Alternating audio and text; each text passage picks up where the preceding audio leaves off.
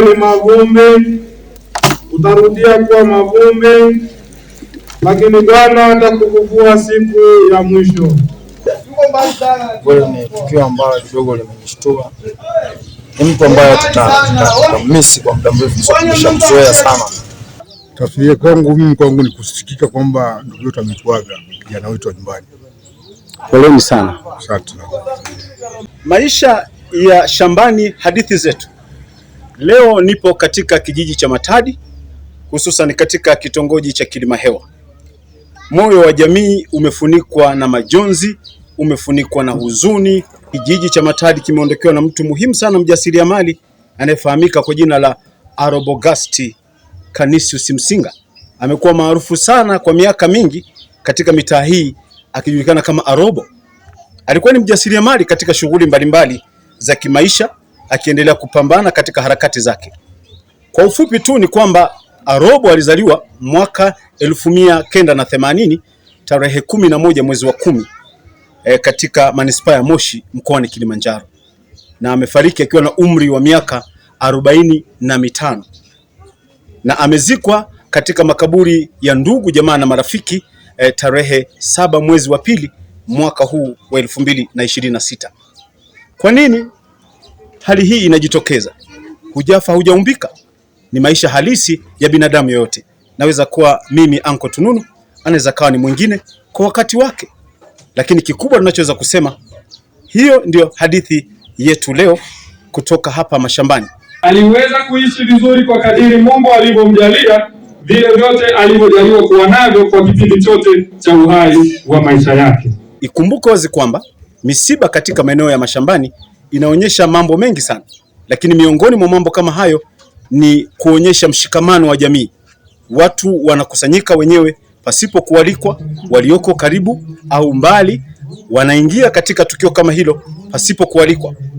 Utakuta watu wanakula katika misiba, wanachangia misibani, wanachimba makaburi, hali kadhalika wanashirikiana katika ibada. Hiyo yote inaonyesha mshikamano wa jamii.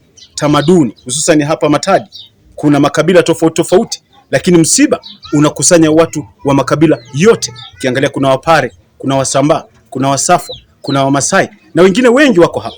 Hiyo yote inaonyesha mshikamano wa jamii iliyoko hapa Matadi. Sasa jambo jingine ni kutoa heshima za mwisho kwa marehemu. Arobogasti alikuwa mtu wa watu.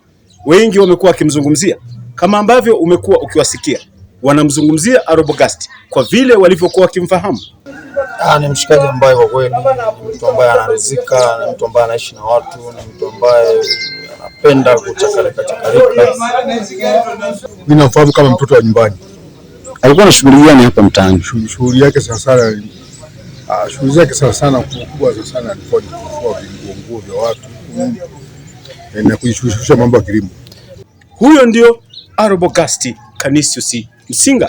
Na jambo la tatu hasa linadhihirisha wazi kwamba hakuwa tu ni mtu ambaye alikuwa anaishiishi, bali alikuwa ni mtu wa dini.